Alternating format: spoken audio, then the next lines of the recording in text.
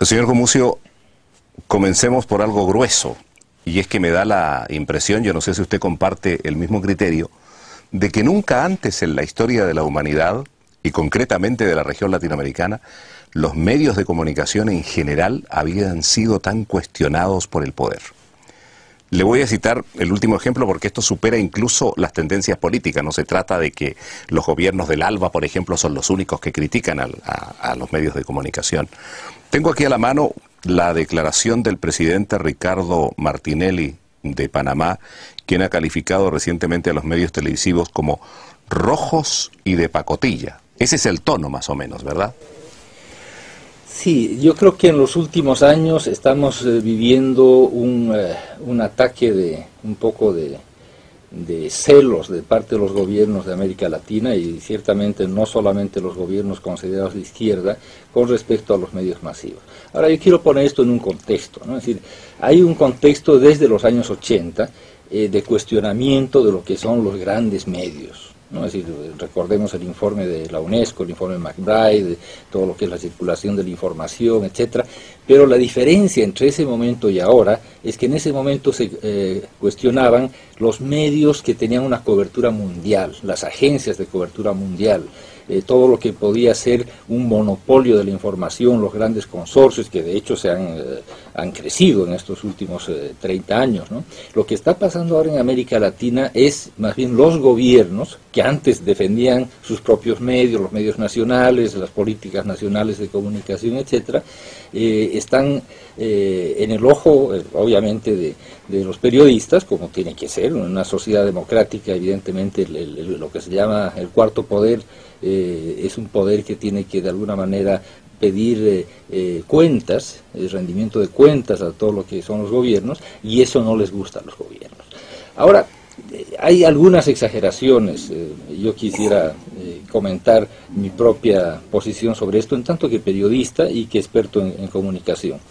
Se ha criticado mucho, por ejemplo, la ley resorte de Venezuela, ¿no? Que se ha dicho que es una ley de censura, que es una ley para acallar a los medios, etcétera. Yo la he leído y francamente yo no he encontrado en esa ley nada que no tenga una ley europea, en el sentido de protección de la infancia, las franjas de horario, etcétera.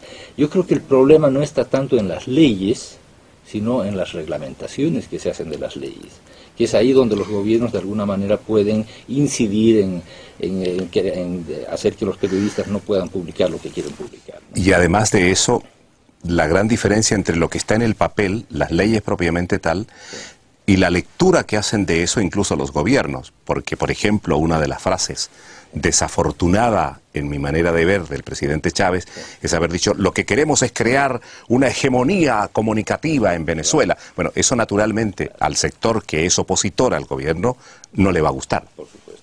Por supuesto, y eso es lo triste, ¿no? Que hay, por ejemplo, leyes que son interesantes, y yo quiero decirlo francamente, pienso que el sector de la comunicación, el sector de la información, tiene que tener leyes como cualquier otro sector.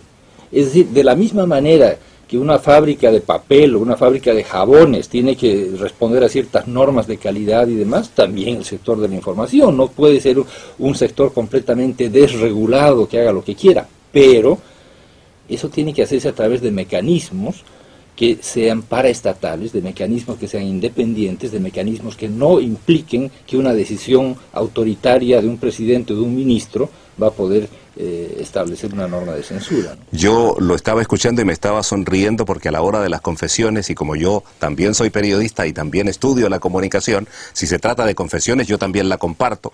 Creo que estamos totalmente de acuerdo. A mí me sorprende muchas veces cuando colegas interesados naturalmente, reclaman que los políticos o que la sociedad no debe meterse en su gestión, como que si estuviésemos, digamos, ubicados por sobre el bien y el mal, hubiésemos sido, digamos, tocados por la mano divina que nos ha otorgado la verdad más absoluta y todo lo que hagamos nosotros es bueno y todo lo que se haga para controlarnos tiene una maldad perversa, digamos, que hay que parar, y eso naturalmente no puede ser. No puede ser que los medios de comunicación sigan aspirando a trabajar desde la más absoluta impunidad. Totalmente, totalmente. Tiene que haber una regulación, pero tiene que ser una regulación en un marco democrático y, como digo, quizás a través de la creación de un ente independiente con gente de los medios, de intelectuales, las universidades tienen un rol importante a cumplir para resolver los casos que pudiera haber de conflicto, ¿no? En esto de la búsqueda de la equidad, de la participación, del mejor funcionamiento de los medios de comunicación, de la responsabilidad social de los medios, usted sabe que son luchas que a veces no terminan bien. Yo, por ejemplo, cuando usted mencionó esto de los años 70 y los años 80, que recuerdo muy bien porque fue una lucha muy álgida, muy fuerte respecto de la pretensión, ¿verdad?, de crear un nuevo orden mundial de la información, que terminó en un fracaso. Totalmente, totalmente. Y fue muy triste porque era un esfuerzo monumental. Se creó, por ejemplo, en América Latina la ALACEI, la Agencia Latinoamericana de Servicios Especiales de Información. Así es. Que dirigía nuestro amigo Carnero. Y pues era una inversión muy grande para la UNESCO, que además se había quedado sin Estados Unidos y sin Inglaterra. Y obviamente en algún momento se dieron cuenta de que no podían competir con las grandes agencias. Ahora, la situación actual, yo creo, hay varias cosas que hay que considerar. Tenemos los medios. Y en muchos países no hay una experiencia de los tres sectores, ¿no? ¿A qué me refiero? El sector de los medios comerciales, que siempre ha existido, el sector de los medios públicos, o del Estado si se quiere, pero con un servicio público, y el sector de los medios comunitarios. Hay países como Ecuador, que está ahorita discutiendo su ley de medios precisamente, donde no había una gran experiencia de medios públicos, solamente habían medios comerciales y medios comunitarios, ¿no? Entonces hay un proceso de aprendizaje. Sabemos que los medios comerciales responden a intereses comerciales, políticos, etcétera. Eso lo sabemos, o sea, ahí de alguna manera lo estamos viendo todos los días en las noticias que publican, ¿no?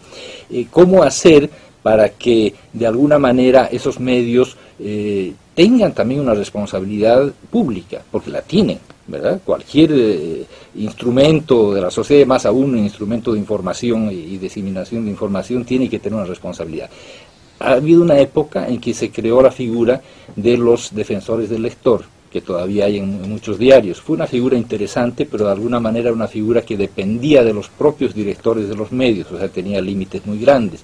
Yo creo que ahora hay un momento muy interesante, y en ese sentido pienso que no es tanto necesario reprimir a los medios, sino más bien analizarlos críticamente, como están haciendo los observatorios de medios, ¿no? Tenemos observatorios ahora en Chile, en Bolivia, en Perú, en México, en Colombia, en fin, hay una serie de observatorios de medios que emiten dictámenes sobre las investigaciones que hacen, sobre la cobertura que hacen los diferentes medios sobre diferentes temas. Yo creo que ese es un sistema muy interesante. Señor Alfonso Gumucio, pero decía usted, sabemos y está a la vista, es cosa de escuchar, de leer, de ver, que los grandes medios comerciales, naturalmente, obedecen a ciertos intereses tanto económicos como políticos. Ciertamente. ¿Y los medios populares no? Los medios populares responden a la comunidad, evidentemente, y los medios del Estado muchas veces responden al Estado antes que al servicio público. Lo ideal es tener medios públicos que tengan la independencia. No, pero yo me refería a los medios populares, porque yo conozco muchos medios populares, y créame que hasta ahora no he encontrado ninguno que pudiésemos tildar de derecha, por ejemplo. No, no hay, porque responden a los intereses de la comunidad, y la comunidad generalmente es una comunidad que se plantea progreso, ¿verdad? Es progresista en ese sentido más general. O sea, yo no diría derecha o de izquierda, yo pienso que los medios comunitarios responden a intereses muy concretos de la comunidad, ¿no? Que es mejorar su nivel de vida, qué sé yo, mejor salud, mejor educación, y en ese sentido son medios que reclaman, evidentemente, reclaman su cuota, digamos, de beneficios que el Estado debería darles y muchas veces no les da. Entonces, yo creo que ciertamente hay países donde se los ha criticado por estar al servicio de ciertos partidos políticos, pero yo no los considero entonces medios comunitarios porque no están respondiendo a un colectivo de la comunidad, sino más bien a otros intereses que se han infiltrado. Y que no hay que generalizar. No se puede generalizar. Para mí un medio comunitario es donde la capacidad de decisión está en la comunidad, ¿verdad? Ese es un medio comunitario. ¿Es superable la diferencia entre lo que son los medios comunitarios y los medios comerciales. No le digo en el sentido de llegar a un acuerdo de qué hacer con los medios, porque cada uno cumple con la misión para la cual fueron creados, pero ¿es superable la controversia tan aguda, tan dramática que se ha visto en América Latina? Hay en ciertos países y en otros no. ¿Qué es lo que pasa? Yo pienso que no hay una oposición entre ambos en el sentido de que cada uno tiene un rol diferente. Son roles diferentes y pueden coexistir perfectamente, al igual que los medios públicos. Lo que ha sucedido en países, por ejemplo en Centroamérica, es que los medios comerciales son demasiado celosos de los medios comunitarios porque creen que están invadiendo su frecuencia. Un tema que de hecho ya no es válido porque ahora con la digitalización ya el tema de las frecuencias ya no viene a ser una excusa, ¿no? Pero hay un tema político y es cierto que a los medios comerciales, por ejemplo de Guatemala, les molesta mucho que haya radios mayas, por ejemplo, radios de los indígenas mayas, porque evidentemente es una voz que ellos no incluyen en sus... Curioso fenómeno tratándose de un país cuya televisión está en manos de un solo propietario que no es ciudadano guatemalteco. Absolutamente, absolutamente. El señor Ángel González, que es mexicano y que vive en Miami, tiene 4 de las 5 estaciones de televisión. Ahora hay una televisión que se llama Televisión Maya, con muy pocos recursos, que está tratando no de competir, pero de hacerse un espacio ahí. Pero más en la radio es donde yo veo una agresividad muy grande de todo lo que es el consorcio, porque Ángel González también tiene una 30 de radios en Guatemala. Este consorcio de radios de la Asociación de Radiodifusores de Guatemala, que es el único país donde yo he visto, por ejemplo, que emitan clips denunciando a las radios comunitarias y exigiendo al gobierno que las clausure, que aprecie a los directores, que se lleve los equipos, etcétera. Esa virulencia en el lenguaje yo no la he visto en otros países, ¿no? Y es una pena que, a pesar de que los acuerdos de paz en Guatemala establecen que las comunidades mayas tienen que tener sus propios medios de comunicación, el gobierno no ha podido apoyar esto, facilitar este proceso, porque el sector privado se opone. Y así en otros países, ¿no? Tomo otro aspecto de carácter internacional, ya que estamos tocando diferentes realidades. Señor Gumucio, hubo una época significativa de la historia de América Latina, con o con menor razón, en la cual todos los males se le achacaban y se le siguen achacando de alguna manera al gobierno de los Estados Unidos. Y así como se ha dado en política, en comercio, también se dio en el campo de la comunicación y de la cultura. ¿Sigue siendo tan así hoy día? No creo.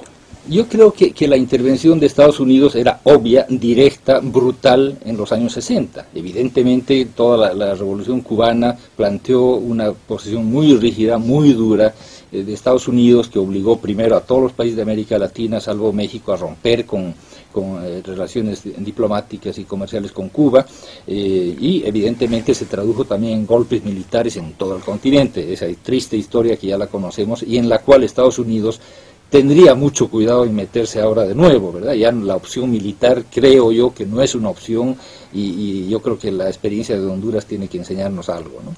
Yo creo que Estados Unidos está siempre presente. Es decir, no vamos a engañarnos y decir que ya no hay agentes de la CIA en las embajadas de Estados Unidos en América Latina, siempre los hay.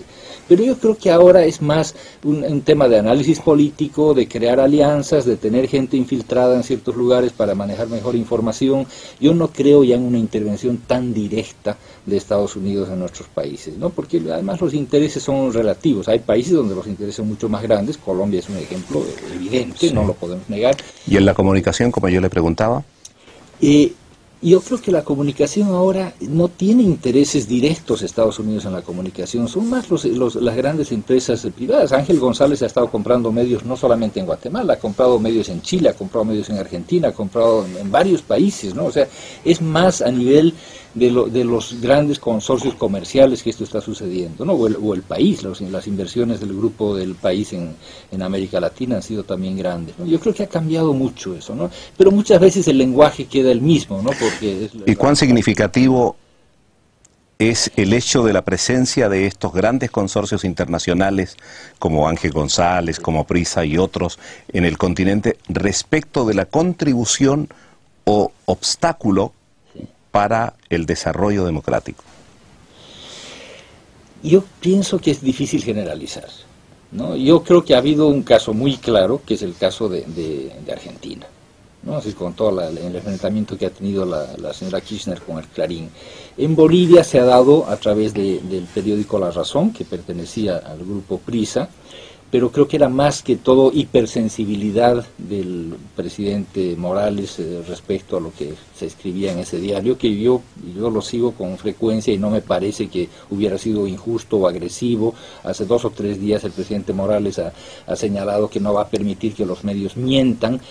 Es una amenaza un poco gratuita, porque primero, ¿cómo puede ser él para impedir eso, a menos que establezca unas normas que serían muy mal recibidas por el gremio de los periodistas? Y segundo, ¿quién establece qué es mentira, qué es verdad, verdad? Es decir, es muy difícil meterse a jugar con esos términos. Yo no creo que haya una relación tan directa entre estos medios grandes consorcios comerciales y la política de nuestros países, ¿no? Aunque sí, en el caso de Clarín se ha dado de una manera muy evidente, ¿no?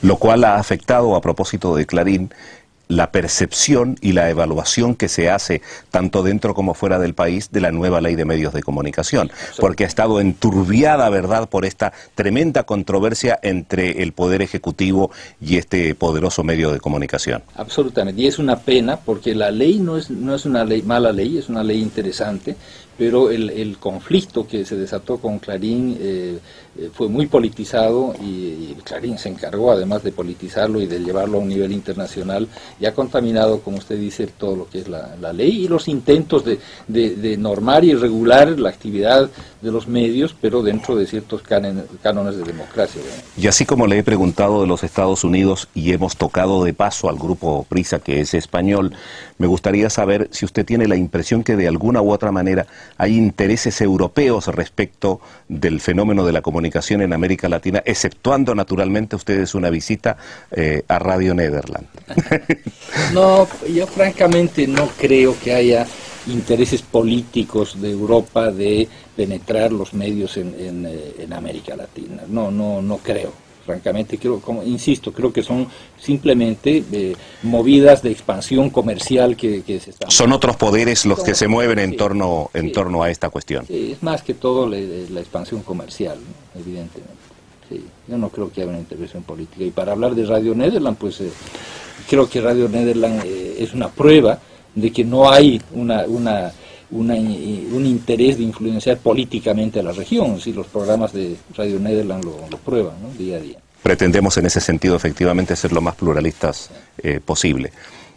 Ahora, volviendo al comienzo de nuestra conversación, usted sabe que uno de los informes más célebres de los últimos 10 años es el del año 2004 del PNUD, en el cual justamente se habla de la necesidad de poner atención sobre el papel de los medios de comunicación, porque afectarían a las relaciones con el Estado y en consecuencia a la calidad democrática de la región. Esa fue una campanada bastante significativa, más allá de las valoraciones que podamos hacer. ¿Es dable imaginar que las medidas que se han tomado, usted ha nombrado a los observatorios de la comunicación, a las veedurías que existen en América Latina, en ese sentido vamos por el buen camino para encauzar el río? Yo creo que sí, es decir, vivimos en casi toda América Latina tiempos democráticos, es decir, es imposible que aunque haya leyes de comunicación se empiecen a usar medios de coerción del Estado hacia los medios de información o de difusión. Creo que la sociedad civil es la respuesta, ¿no? Es decir, ya hubo un análisis, todo esto de los observatorios responde un poco a las críticas que se hicieron, como decíamos antes, desde la época del informe McBride.